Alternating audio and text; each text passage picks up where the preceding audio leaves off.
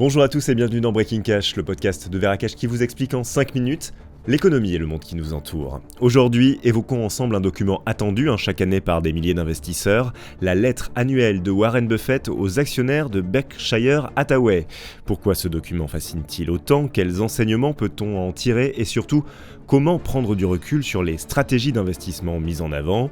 La stratégie d'investissement de Warren Buffett en 2025, c'est le nouvel épisode de Breaking Cash. Breaking Cash, un podcast Veracash. Mathieu de Vos-Sabaros. Chaque année, la lettre de Warren Buffett est scrutée par les investisseurs du monde entier. Son style direct, accessible et transparent la distingue des rapports annuels classiques des grandes entreprises. Il y partage à la fois ses réussites et ses erreurs, ce qui lui vaut une grande crédibilité. En 2025, la lettre met en avant plusieurs points, la performance exceptionnelle de l'entreprise Berkshire Hathaway, la transition en douceur vers son successeur, Greg Abel, et un recentrage sur les fondamentaux de l'investissement à long terme. Nous allons examiner ces thèmes un par un. Depuis 1965, l'action Berkshire Hathaway a affiché une rentabilité moyenne annuelle de 19,9%, surpassant largement les 10,4% du S&P 500. Un investissement de $1000 dans le S&P 500 en 65 vaudrait aujourd'hui $390 000, mais avec Berkshire Hathaway, cette somme atteindrait plus de $55 millions. Cette surperformance repose sur des acquisitions stratégiques et une approche prudente de l'investissement. En 2024, les bénéfices opérationnels du conglomérat ont augmenté de 26%, portés par le secteur de l'assurance qui a vu ses profits grimper de 51%.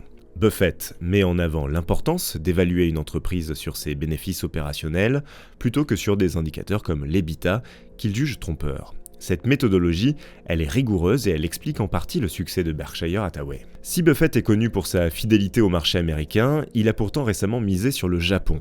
En 2020, il a investi $13,8 milliards dans de grands conglomérats japonais, une somme qui vaut aujourd'hui 23,5 milliards.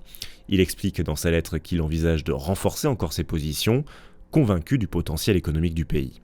Cette déclaration, elle a d'ailleurs fait bondir les actions des entreprises concernées de 4 à 9% en une journée, un signal fort sur l'influence de Buffett dans le monde financier. En revanche, Berkshire Hathaway a vendu pour $143 milliards d'actions en 2024, tout en n'achetant que pour 9,2 milliards, et résultat, l'entreprise détient aujourd'hui plus de $330 milliards de liquidités. Alors pourquoi cette réduction massive du portefeuille d'actions? Plusieurs explications. D'abord la valorisation élevée. Buffett pourrait estimer que le marché est surcoté et préférer attendre des opportunités à meilleur prix. La hausse des taux d'intérêt. Investir dans des obligations sûres avec un rendement de plus de 4% est devenu plus intéressant que certaines actions. Et puis il y a la préparation à une correction du marché. Avec $334 milliards en réserve, Berkshire Hathaway pourrait saisir des occasions en cas de baisse des marchés. Buffett réitère sa confiance à Greg Abel, son successeur désigné. Ce dernier, spécialiste des activités non-assurance, a notamment participé à la stratégie d'investissement dans Apple, une des plus belles réussites de Berkshire Hathaway. Buffett annonce aussi qu'Abel prendra progressivement en charge la rédaction des lettres aux actionnaires, assurant une continuité dans la communication et de la gestion de l'entreprise. Si la stratégie de Warren Buffett est souvent citée en référence, elle n'est pas exempte de critiques. Son approche, bien que prudente et efficace, repose en grande partie sur des investissements concentrés dans quelques secteurs et notamment la finance, la consommation et la technologie. Or, une diversification réelle implique de considérer d'autres actifs, notamment les matières premières et les métaux précieux comme l'or.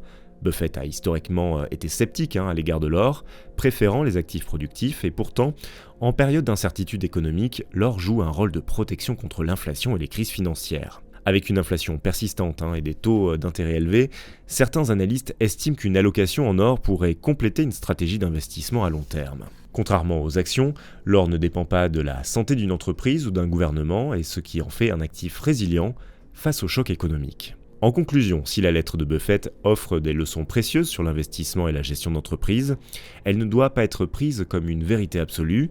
Diversifier ses investissements au-delà des actions peut être une stratégie pertinente, notamment en incluant des actifs tangibles comme l'or. Merci d'avoir écouté cet épisode de Breaking Cash, j'espère qu'il vous a plu. N'hésitez pas à le commenter, à le partager et même mieux à vous abonner. À très bientôt pour une nouvelle analyse économique et financière.